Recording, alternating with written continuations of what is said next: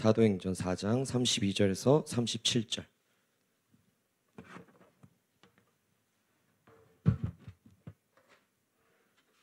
기도하겠습니다. 하나님, 이 시간 우리 청년들 하나님의 말씀 앞에 모였습니다. 말씀 듣게 해 주시옵시고 하나님의 나라가 이 땅 가운데 이루어지게 하여 주시옵소서. 감사드리며 예수 그리스도 이름으로 기도드립니다. 아멘. 우리 지연이가 너무 간증을 예쁘게 잘해줬는데 저도 선교 다녀왔습니다, 여러분. 캄보디아 다녀왔는데 사진 하나 보여주세요. 첫 번째 사진 하나 보여주세요. 나왔나요? 자, 여러분 이제 막 당황하기 시작하실 텐데 누가 누구를 선교하는지 지금 구별이 되시나요 지금?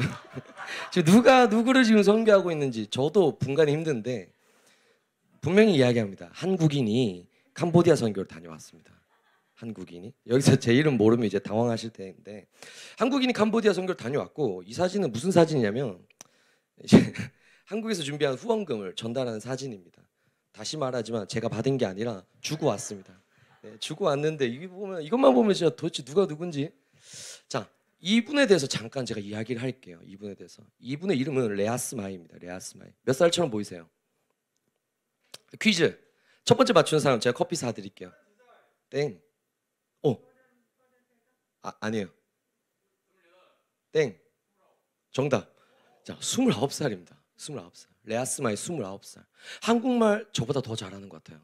한국말 저보다 더 잘하고 영어도 그냥 뭐 문제 없습니다. 그냥 계속. 당연히 캄보디아어 잘하겠죠.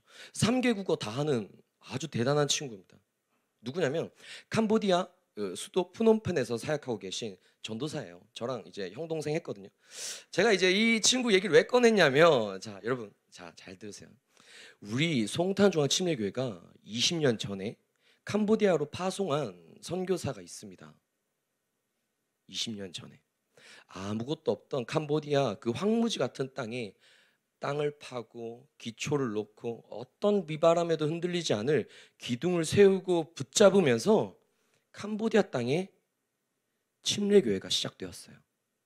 침례교회가 20년 전에. 자, 이 정도 얘기하면 캄보디아 다녀오신 분들 다 아실 텐데 좀 눈치채셨나요? 누구를 이야기하는 거죠? 한대희 선교사님 이야기입니다. 이 선교사님으로부터 시작된 캄보디아 땅의 개척교회가 20년이라는 시간이 벌써 지났다고 하더라고요. 제가 그 길을 같이 걸어 다녔거든요. 그러면서 보니까 정말 어린 나이에서부터 성인에 이르기까지 더 나아가서 제자에서 사역자까지 이어지고 이제는 무려 6개의 개척교회들로 캄보디아 땅에 6개의 개척교회가 세워진 것을 제가 직접 보고 왔습니다. 그리고 이 한대희 선교사님과 뗄래야 뗄 수 없는 정말 중요한 관계에 놓인 인물이 바로 저는 어디 갔지? 이 레아스마이 이 친구라고 생각해요. 이 친구 이야기를 가장 마지막에 조금 더 하겠습니다. 이 친구 얼마나 중요하냐면, 자, 여기서 이제 제가 다시 또 화두를 여러분들에게 던지겠습니다. 제가 방금 이 캄보디아 땅에 이 6개의 개척교회가 세워졌다고 했는데 여러분 좀 도전이 되시나요? 마음에 불이 일어요? 가학성만? 자, 여러분 정말 너무너무 당연한 얘기 제가 계속 할 텐데 들어보세요. 캄보디아의 교회가 정말 소중하겠죠. 캄보디아 땅에 하나님의 나라 교회가 세워져야겠죠. 아멘? 그러면 제가 여기서 질문 하나 할게요. 제가 캄보디아를 가봤으니까 캄보디아를 가가지고 제가 진짜 막 이것저것 막 트럭 타고 막 돌아다녔는데 캄보디아 어디를 가도 공통되게 나타나는 냄새가 있습니다. 똑같은 냄새. 진짜 애매한 이 냄새가 뭐가 계속 나요. 여러분 이거 혹시 무슨 냄새일까요? 혹시 아시는 분? 캄보디아 갔다 온 사람들 말고. 캄보디아를 가면 어디를 가도 뭐 이 냄새가 나요. 이거 냄새. 이게 뭘까요? 많은 사람들이 지금 뭐 고수 냄새일 거라 생각하겠지만 아닙니다. 뭘까요? 향입니다. 향. 향 냄새가 도시 전체를 진동해요. 두 번째 사진 한번 보여주시겠어요? 두 번째 사진. 네. 여러분 안 가보신 분들 잘 모르겠지만 가보면 알아요. 바로 압니다. 캄보디아 어떤 가정에도 이런 우상이 없는 가정을 찾을 수가 없어요. 근데 문제가 뭐냐면 이 우상 저들 하나님 모르니까 할 수 있지. 근데 제가 진짜 마음이 찢어지고 아팠던 건 뭐냐면 제가 간 사역 지역이 이제 농경 지역이었는데 농경 지역 우리나라 거의 70년대 80년대 수준입니다. 그러니까 애들이 다 뭐 옷이 똑같아요. 그냥 옷이 그냥 다 그냥 진짜 다 한 번도 세탁 안 하고 한 10년 입은 듯한 옷을 입고 다녀요. 그리고 배가 나온 애들이 아무도 없어요. 제가 좀 부끄럽더라고요. 제 배가 요즘 너무 나와서. 근데 이 친구들 보니까 정말 다 진짜 너무너무 말랐어요. 교육시설 여러분 어떤 줄 아세요? 극도로 열악합니다. 지금 저희 에어컨 이거 천국이에요. 천국 진짜. 거기 학교에 애들이 한 30명씩 들어가 있는데 선풍기도 없어요. 근데 기온은 몇 도? 41도까지 오더라고요. 그럼 실내는 얼마나 더 덥겠어요. 근데 땅바닥은 뭔 줄 아세요? 시멘트가 아니야. 콘크리트가 아니야. 전부 다 진흙이야. 진흙. 상상이 안 되죠? 걸으면 그냥 먼지가 계속 올라와요. 먼지가 계속. 흙먼지 먹으면서 자기 나라 말 배우는데 고등학교 졸업할 때까지도 제대로 못 배운대요. 사는 집은 또 어떤 줄 아세요? 낡았어. 그래서 이게 가축이 사는 집인지 닭이 사는 집인지 개가 사는 집인지 구분이 안 가. 제가 보기엔. 그런 집에 살아. 다 부서져 가는 집. 물도 잘 안 나와. 항아리에다가 큰 항아리에다가 빗물 받아가지고 그거 갖고 막 샤워하고 막 그걸로 세수하고. 그런데 여러분 이게 있다고요. 어떤 집에도 예외 없이 이 향 냄새가 나고 우상이 세워져 있어요. 너무너무 반짝거려요. 이것만. 무조건 보여요. 이것만 반짝거리니까. 전부 다 흑백인데 이것만 금빛이야. 마치 이것만 절대 포기할 수 없어서 경쟁이라도 하듯 서로 더 큰 우상 세우려고 막 하는 것처럼 우상이 집집마다 세워져 있어요. 자, 다시 질문. 여러분, 캄보디아 땅에 교회 필요할까요? 안 필요할까요? 하나님의 구원 역사가 나타나야 할까요? 안 나타나야 할까요? 여러분, 캄보디아 땅에는 교회가 세워져야 됩니다.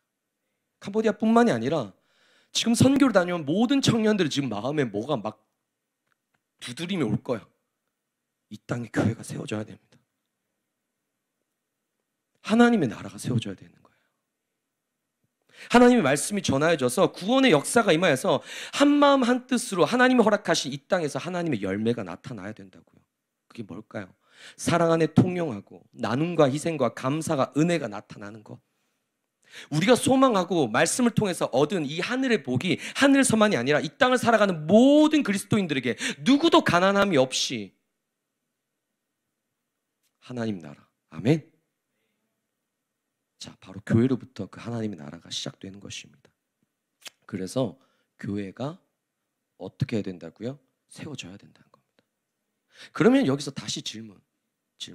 여러분, 교회가 세워지면 그걸로 끝일까요? 교회만 세우면 다일까요? 청년 여러분, 우리가 누구죠? 저희가 누구입니까? 청년 그리스도인. 그렇죠? 예수 그리스도를 믿는 청년으로서, 다시 말하면 우리 안에 거하신 성령이 거하는 성도로서 우리는 방금 이 질문에 답을 해야 될 것 같습니다. 무슨 질문일까요? 교회가 세워지는 것으로 끝인가? 여러분, 끝이 아니겠죠. 끝이 아닙니다. 이런 이야기를 하나 할게요. 여러분, 지금 한국에 교회가 몇 개쯤 있는지 아세요? 한국에 몇 명 알 수도 있어. 몇 명. 근데 뭐 한번 그래도 질문. 한국에 교회가 몇 개쯤 있을 것 같으세요? 한국에. 우리나라. 이렇게 이야기하면 이해가 빠를 거예요. 편의점보다 많은 게 한국 교회입니다. 편의점보다 한국 교회가 많아요. 약 3배. 2015년 기준 한국 교회 8만 개, 편의점 3만 개. 여러분, 한국 교회가 이렇게 많습니다. 엄청 많은 거예요. 이슬람 국가의 이슬람 사원보다, 인구 대비 이슬람 사원보다 한국 교회가 더 많아요. 시골 가가지고 편의점 못 찾아서 아이스크림 못 사 먹어도 교회는 볼 수 있는 건데, 여러분, 이 정도 교회가 많으면 한국은 사실 하나님의 나라 게임 끝난 거 아닌가요? 예수님 당장 오셔서 심판해도 무방한 나라가 우리나라 아닐까요? 어떻게 생각하세요? 여러분, 이 이야기도 많이 들어보셨을 겁니다. 몇몇 사람들이 많이 이야기하는데, 한국 교회를 향한 비신앙인들이 한국 교회를 어떻게 신뢰하는지, 이게 몇 퍼센트 정도 되는지 아세요? 비신앙인들이 한국 교회를 바라볼 때에 신뢰도 몇 프로일까요? 8%입니다. 교회 안 다니는 사람들이 교회를 신뢰하지 않는다는 거 아예. 심지어 교회 나오는 성도들 이야기해 볼까요? 2015년 기준이에요. 조금 옛날이긴 한데 지금은 아마 더 떨어졌을 겁니다. 2015년 기준 한국 교회의 성도들이 교회를 향한 신뢰도 몇 프로일까요? 40%입니다. 여러분들 안에도 반 이상은 교회를 신뢰 안 한다고요. 교회가 한국에 이렇게 많으면서도 신뢰도는 바닥을 치고 있고, 신뢰도가 바닥을 친다는 건 무슨 말이죠, 여러분? 우리가 아무리 전도해도 안 온다는 겁니다. 그리고 다시 이 안에도 전도할 애들이 아무도 없다는 거예요.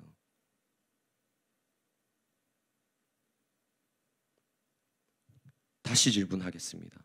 여러분, 교회가 세워지면 끝일까요? 끝인가요? 절대 아닙니다. 우리가 자리 지키면 끝일까요? 여기 오면 그만인가요? 절대 끝이 아니고 그게 다 된 게 아니란 겁니다. 당연히 모여야 됩니다.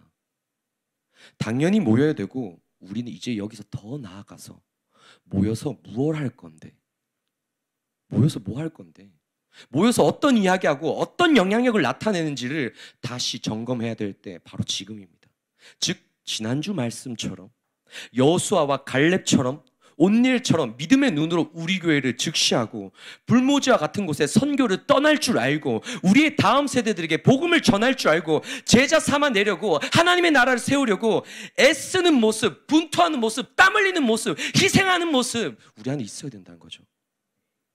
그러면 여러분 그 애쓰고 분투함, 하나님의 나라를 세우고자 발버둥침, 하나님이 말씀하시는 잘했다 충성된 내 종아, 이 칭찬받음 여러분 경험해 보셨나요? 들으셨나요?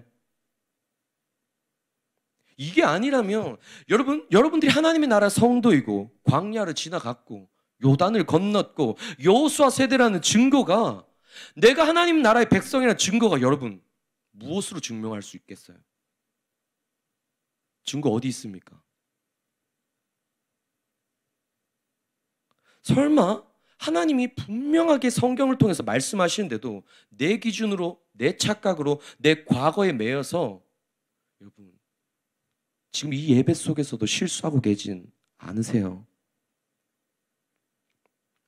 자, 청년 여러분, 오늘 말씀을 통하여서 우리 안에 말씀으로부터 시작되는 회개와 돌이킴의 역사가 일어날 줄 믿습니다. 아멘? 아멘! 애쓰고 분투하면서 하나님의 나라를 세워가는 일에 기꺼이 동참하는 청년들로 전진하게 될 줄 저는 믿습니다. 아멘? 네. 성경은 여러분 하나님의 나라의 증거들을 확실히 열거합니다. 특별히 오늘 여러분들이 읽을 그리고 목장에 가서 나누게 될 이 사도행전 4장 32절 37절 본문은 그 하나님의 나라의 증거로서 너무나도 유명한 말씀입니다. 이 말씀은 한 가지 주제를 가지고 이야기합니다. 여러분 뭘까요?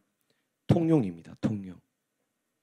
우리 안에 통용이 나타날 때에 우리가 교회이며 우리가 하나님 나라의 증거인 줄 믿습니다. 아멘.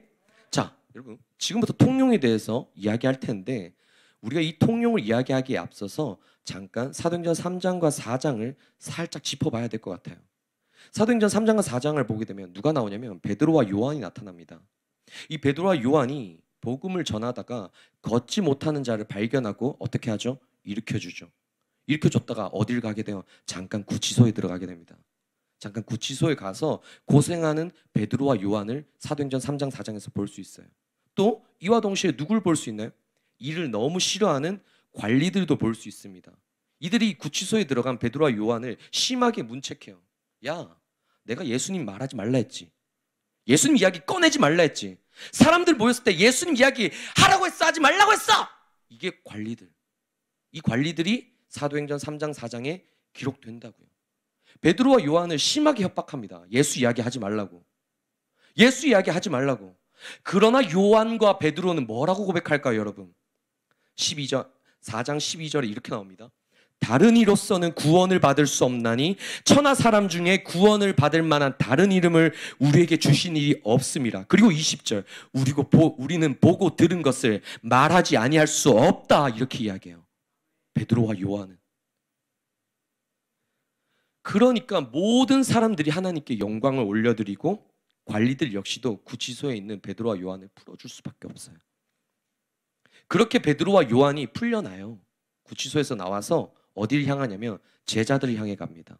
자기 친구들, 동역자들 찾아서 내가 구치소에 갔었어. 그런데 이렇게 풀려났어. 막 이런 일들 막 간증하고, 갑자기 이들이 어떤 행동을 하냐면, 그 모인 제자들 무리가 무엇을 하냐면, 어떤 일을 하냐면 한 마음으로 소리를 높이는데 소리를 높여 이 일을 하는데, 여러분, 이 소리를 높인 이 일이 뭔 줄 아세요? 기도입니다. 기도했다고요. 무슨 기도를 하냐면, 주님의 종들이 참으로 담대하게 하나님의 말씀을 말하고 전할 수 있도록 예수 그리스도 이름 안에 표징과 놀라운 일들이 일어나기를 기도했다고 성경은 분명히 기록해요. 소리를 높이고 또 높였다고 이야기해요. 그러자 어떤 일이 일어나냐면 그렇게 소리를 높여서 예수 이름 안에 표징과 놀라운 일들이 일어나기를 증거하니까 모인 곳이 진동하면서 성령이 충만해지면서 또다시 그들이 하는 일이 무엇이냐, 다시 하나님의 말씀을 전하고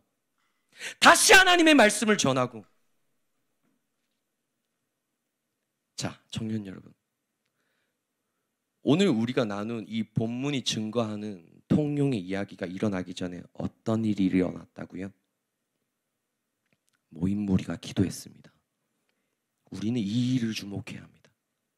제자들이 감옥에서 풀어나서 스파 가도 되는데, 집에 가서 쉬어도 되는데, 모여서 기도했다는 걸 여러분 주목하셔야 됩니다. 그런데 이 기도는 적당한 기도가 아니라 모인 곳이 진동할 정도로, 성령이 충만할 정도로 기도했고, 그 일 후에 오늘의 이 일, 어떤 일입니까? 통용의 역사가 일어났다고요. 그러니 여러분, 우리가 지금 무엇을 해야겠습니까? 기도해야 할 것입니다.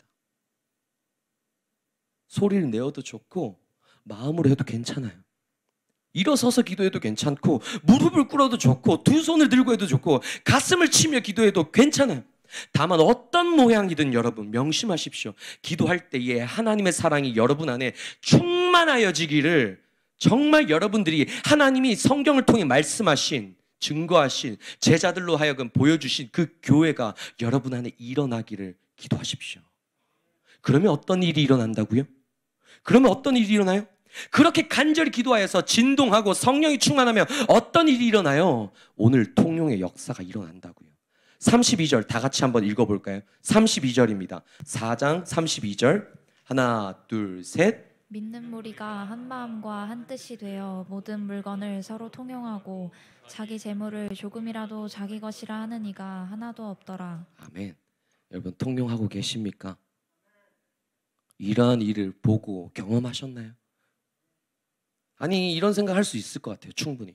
전도사님, 저 때는 예수님 돌아가신 지 얼마 되지도 않았고, 좀 대단한 제자 베드로와 요한도 있고, 지금 우리 사회처럼 경제 개념이 크지도 않고, 개인 재산 있어봐야 뭐 얼마나 있었겠어요.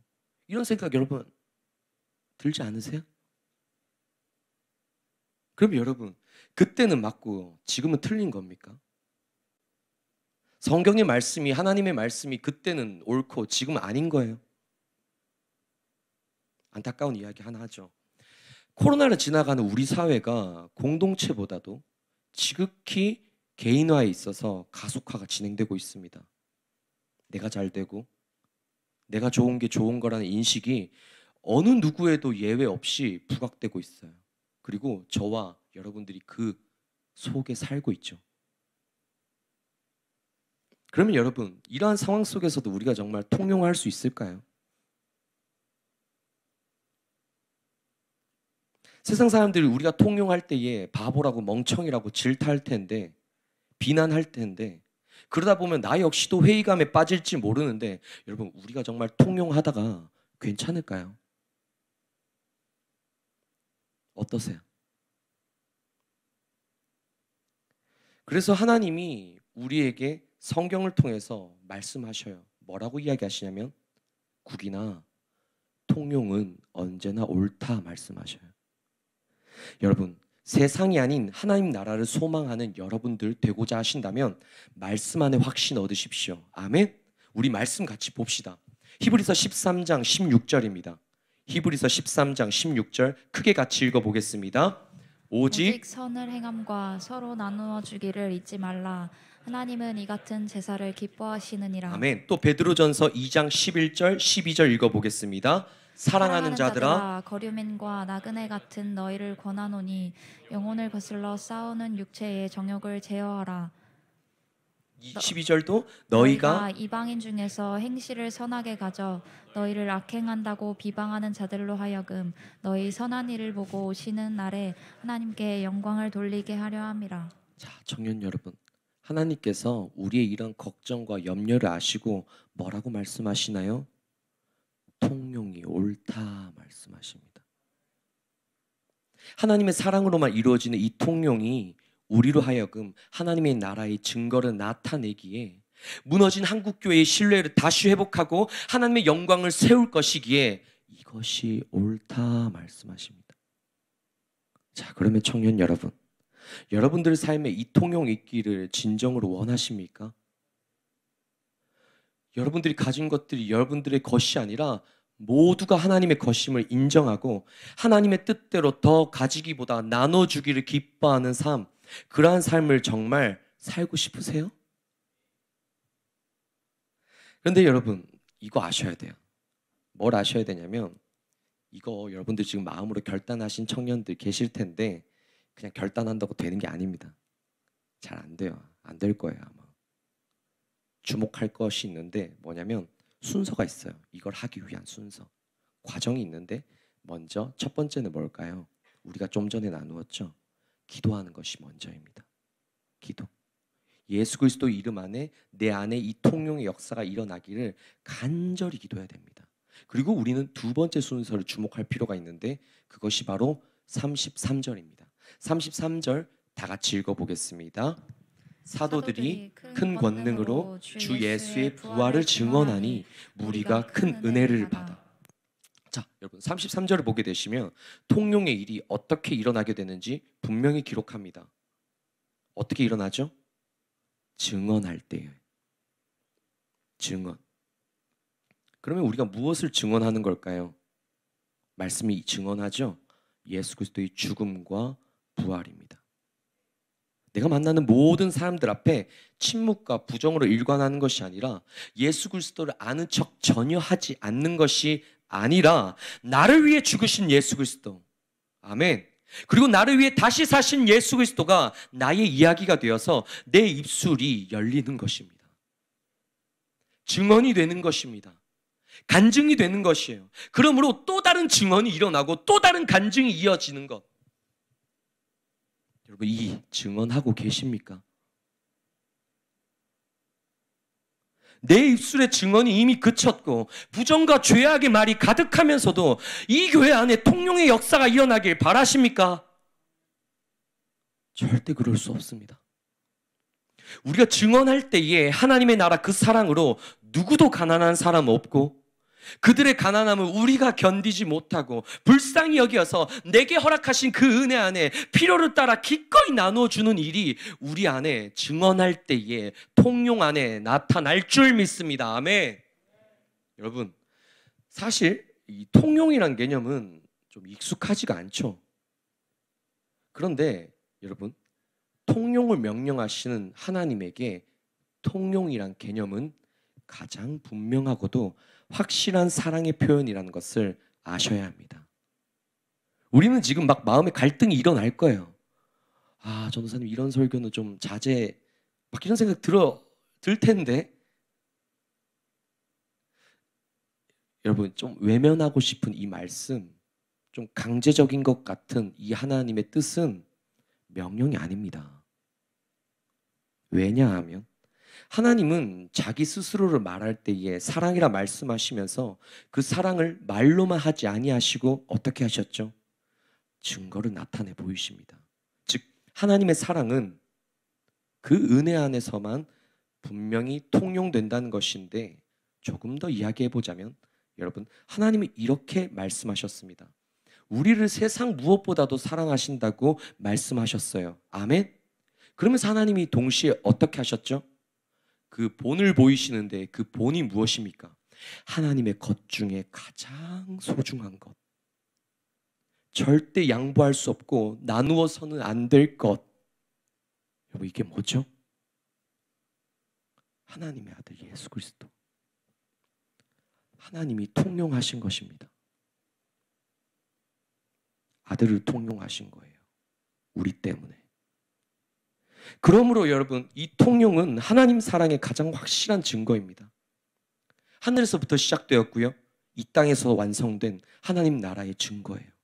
그러니 청년 여러분, 정말 여러분들 안에 성령이 거하신다면 어떻게 하셔야겠습니까? 증언하셔야 됩니다. 예수 그리스도를 증언하셔야 됩니다. 다른 이야기가 아니라 예수 그리스도를 증언하셔야 됩니다. 여러분들이 예수 그리스도를 증언할 때에 여러분들이 밟는 땅이 복음이 될 것입니다. 선교가 됩니다. 통용의 사랑이 나타나서 주를 믿는 자의 수가 날마다 더해지고 그들이 하나님의 영광을 찬양하게 될 것입니다. 제가 마지막으로 이 이야기만 하고 같이 기도하기를 원합니다. 캄보디아에서 있었던 이야기고 제가 들은 이야기입니다. 캄보디아에서는 한국인들, 저 말고 그냥 모든 한국인들을 천국에 사는 사람들로 여긴대요. 캄보디아 사람들은. 미국은 상상도 못해요. 미국이란 개념은 아예 없고 캄보디아 사람들이 생각할 때 한국 사람들이 천국에 사는 사람들이다. 왜냐하면 피부도 하얗고 돈도 많고 잘생기고 뭐 진짜 막 엄청난 이유들. 한국이면 최고예요. 한국 사람들, 천국 사는 사람들. 그래서 이런 인식이 캄보디아 사람들 가운데 자리 잡고 있다 보니까 우리 한국 사람들이 캄보디아에 가서 선교를 하고 섬기고 베풀면 이 사람들이 어떻게 받아들이냐면 당연한 일로 받아들여요. 당연히 그럴 수 있다. 마땅히 그래야 한다. 그러니까 이렇게 되면 어떤 일이 일어나게 되냐면 선교사님이 아무리 사랑을 표현해도 주어도 헌신해도 당연하다 여기는 겁니다. 이해되세요? 그러니까 선교사님이 진짜 좀 속상한 거죠. 많이.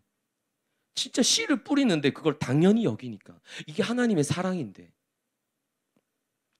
선교사님이 그렇게 사역에 고생을 많이 하셨는데 초기에 있었던 일입니다. 초기에 캄보디아에서 사역을 하려고 막 고민하시면서 막 기도하시는데 하나님이 어느 날 감동을 주셨대요. 선교사님을 하여금. 어떤 감동을 주셨냐면 캄보디아의 수도 푸놈펜에 교회를 개척해야 된다는 사명을 주셨어요. 푸놈펜에. 그래서 선교사님이 이 푸놈펜에 교회를 개척하고자 마음을 품고 장소를 찾고 막 수소문하고 막 알아보고 다니는데 몇 개월이 지나도 장소가 안 나타나는 거예요. 뭐가 안 보이는 거예요. 그러다가 좀 더 시간이 지나다가 한 장소를 소개받게 되는데 이 당시 한 10년 훨씬 더 전의 일이니까 이 푸놈펜이라는 캄보디아 도시에 높은 건물이 잘 없을 때였다라고 그러더라고요. 대부분 다 뭐 1층 아니면 2층. 그런데 이 선교사님이 소개받은 건물은 몇 층? 3층이요. 빌딩이에요. 빌딩. 빌딩을 소개받은 겁니다. 근데 이 빌딩이 놀랍게도 가격도 완전 그냥 헐값인 거야. 그냥 맘먹으면 살 수 있는 너무 저렴하게 이 가격이 나온 거예요. 그래서 선교사님이 막 너무 흥분해가지고 놀라가지고 부랴부랴 그 소개시켜준다는 사람을 만나서 그 건물을 찾아갔어요. 그래서 그 건물을 찾아가서 딱 보는데 그 건물이 어떠냐면 벽에는 온갖 낙서가 가득하고 유리창이랑 유리창은 다 깨져 있고 대문은 쇠사슬로 감겨져 있고 이 사람이 사는 거야 마는 거야 막 이런 생각이 들 만한 그런 건물을 딱 보여주는 거예요. 그래서 선교사님이 이상하잖아요. 아 이게 뭐야 이거 건물은 높은데 왜 이러냐 질문한 거예요. 그러니까 그 소개시켜주는 사람이 뭐라고 했냐면 여기 귀신 나온대요. 이 건물에 귀신이 나와서 사람들이 돌 던지고 막 벽에 막 칠하고 막 아무도 안 산다는 거야 이 건물에. 근데 선교사님이 이 말을 듣자마자 어떤 마음이 드셨냐면 하나님이 드디어 응답하셨구나. 우리에게 드디어 교회를 주셨구나. 그 자리에서 바로 건물을 샀다고 해요. 그래서 건물을 다시 수리하고 우리 청년들이 잘하는 페인트 칠 다시 하고 예쁘게 보수해서 사역을 다시 시작했다고 해요. 그러니까 이 예쁜 교회에 3층이나 되는 가장 높은 빌딩 같은 건물에 학생들이 막 왔대요. 막 계속 오는 거야. 막. 그러면서 주일 학교도 생기고 선교사님 사모님과 같이 막 피아노를 배우고 막 예배 막 봉사하는 애들도 생기고 막 그 중에는 말 진짜 잘 듣는 5손가락에 꼽는 특별한 오형제 같은 제자들도 생겼대요. 어린이 제자들. 막 이렇게 사역이 너무 잘 되는 것 같고 막 너무너무 행복한 날을 보내고 있는데 며칠이 지나고 몇 주가 지난 다음에 갑자기 여러분 밤마다 난리가 났대요. 어떤 난리가 났냐면 밤마다 누가 돌을 던져서 교회의 유리창이나 유리창을 계속 깼다는 거예요. 밤마다 고치면 또 던지고 고치면 또 던지고. 선교사님이 너무 당황스럽고 무섭고 놀라니까 나중에는 물어봤다고 합니다. 왜 이러냐 도대체 왜? 그러니까 왜 누가 돌을 던졌냐 알아보니까 마을에 그 도시에 교회가 생긴 걸 마을 사람들이 반대하는 거예요. 이게 싫은 거예요. 예수 이야기 듣는 게 싫은 거예요. 그래서 사람들이 돌아가면서 막 돌을 던지는 거예요. 그래서 선교사님이 나중에는 너무 속상하고 억울하니까 밤에 막 순찰 대원들 성도들 시켜가지고 막 교대 근무하고 막 그렇게 했는데도 근무가 막 끝나는 그 타이밍에 막 돌도 던지고 막 기가 막히게. 어떤 날은 선교사님이 너무 화가 나서 돌 던지자마자 뛰어가가지고 그 돌 던진 애 잡았대요. 사람 잡으니까 누군 줄 알아? 막 요만한 애들. 화가 치밀어 올랐대요. 막 참을 수 없고 막 어린 청소년들이 막 그런 짓을 하고 있는 거야. 매일 밤마다 막 잠을 못 자요. 이런 날이 또 이어졌다고 해요. 그런데 이런 날이 이어지던 어느 날에 교인 중에 한 명이 갑자기 뛰어와서 막 큰 소리로 이야기를 하더래요. 무슨 일이냐 물어보니까 아니 글쎄 사모님이랑 같이 예배 봉사하던 너무너무 사모님을 따르던 그 착한 애 있잖아. 피아노 배워서 예배 봉사하던 애 막 헌신하던 애 걔가 한국으로 치면 독감 같은 병에 걸려서 생사를 오락가락 한다는 거예요. 선교사님 깜짝 놀랐대요. 이게 무슨 날벼락인가. 그래서 정신없이 차를 운전해가지고 병원이긴 한데 병원 갔지 않았대요. 병원 가보니까 또 산소호흡기를 달았는데 산소호흡기가 아니라 풍선을 달아놓은 것 같았대요. 시설이 너무 열악해서. 그 산소호흡기 같지도 않은 걸 달고 의사가 손으로 직접 산소호흡기 같은 그 풍선 고무 같은 걸 눌렀다 뗐다 이렇게 하면서 하는 말이 얘 가망 없다. 집에 데려가서 장례 치러라 얘기를 했대요. 이 캄보디아가 너무 열악하니까 한국에선 지금 상상도 못할 일이 벌어진 건데 결국 이 대화 속에 아이의 부모님이 그 자리에서 아이의 마지막을 그냥 결정해버려요. 포기한 거죠.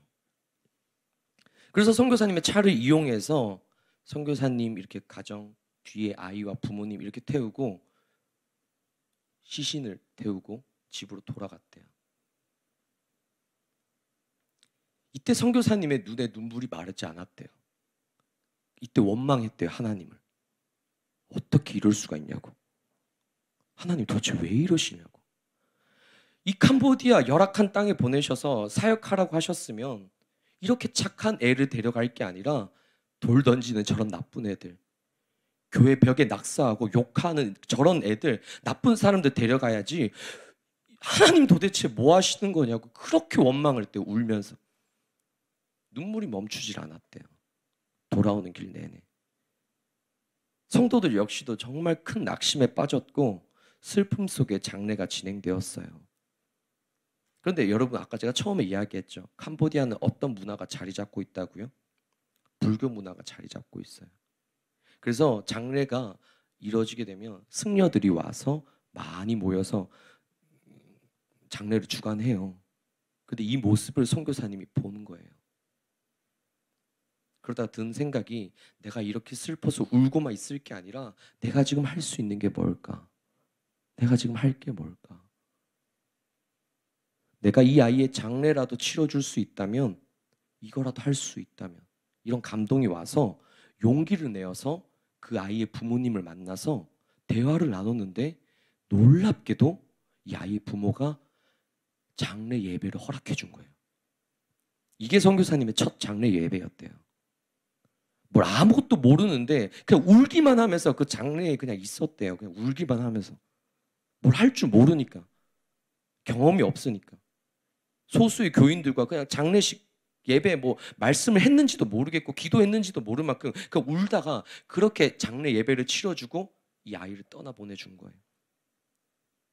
그런데 여러분, 이 일 후에 캄보디아 프놈펜 센터 교회에 어느 누구도 돌을 던지지 않았다고 합니다. 아무도 낙서하지 않았대요. 선교사님이 또 너무 놀라서 알아보았대요. 그러니까 뭐라고 하냐면 사람들이 선교사님이 그 소수의 교인들과 눈물로 그 장례를 치르는 모습을 보고 마을 사람들이 마음을 돌이켰다는 거예요. 이 사람이라면, 최소한 이 사람이라면, 이 교회라면 우리 마을을 어렵게 하진 않겠구나. 그래서 자기들끼리 이제 더 이상 이 교회에 아무도 돌을 못 던지게 지키고 혼내어 주었다고 이야기하더라고요. 그렇게 프놈펜 센터 교회가 여러분 성장한 겁니다. 처음에 제가 보여드렸던 사진 기억나시나요?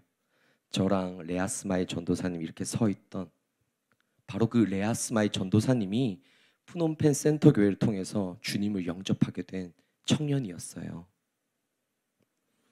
그 청년이 선교사님과 교인의 눈물 속에, 기도 속에 청년에서 리더가 되고, 리더에서 제자가 되고, 제자에서 이제 사역자, 전도사가 된 거예요. 그리고 캄보디아 선교를 통해서 저희 이 프놈펜 교회를 방문했던 청년들은 전부 다 좀 작지만 선물까지 받았어요. 사진 한번 보여주시겠어요? 세 번째 사진 보이시나요? 이거 별거 아닌 것처럼 보이지만 선교사님이 그러시는데 캄보디아 사람들에게는 있을 수 없는 일이에요. 저들이 한국인들을 상대로 감사를 표시한 거거든요.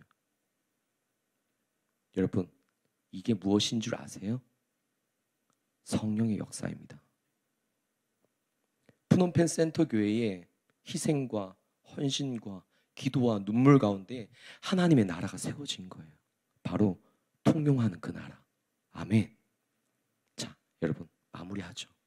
좀 짧지만 이 선교사님의 교회 개척 이야기 어떻게 들으셨나요? 여러분들의 마음에 어떤 감동이 오세요? 저도 이런 설교하는 것 너무 불편하죠. 저도 잘 못하거든요. 저도 잘 못해요. 저 통용 잘 안 해요. 되게 이기적이거든요. 그러나 하나님께서 나를 전도사로 세우시고 여러분들을 사랑하라 말씀하시고 내가 가진 것들로 통용하라 말씀하시니 제가 성령 안에 말씀을 전합니다. 더 부인할 수 없겠더라고요. 여러분, 우리 통용합시다. 아멘. 단순히 어느 정도의 물질을 통용했다 여기지 말고 예수 그리스도가 본을 보이신 것처럼 또 선교사님의 이 간증처럼 내 감정 아니요, 내 상황 아니요, 나의 전부를 하나님의 사랑 안에서 희생하는 통용 우리 안에 있을 줄 기도합시다. 아멘. 우리가 그렇게 우리의 연약함을 인정하고 주님 주신 말씀 안에서 순종하여서 기도한다면 하나님 반드시 역사하십니다. 아멘. 하나님 살아계시기에 이곳이 곧 진동하며 성령으로 충만해지며 하나님으로부터 시작된 통용의 사랑이 우리의 설교와 증언으로 이어져서 그리고 다시 여러분들의 증언의 증언으로 이어져서 우리의 송탄의 공동체가 어느 누구도 부인할 수 없는 하나님의 나라, 통용하는 나라 될 줄 믿습니다. 아멘.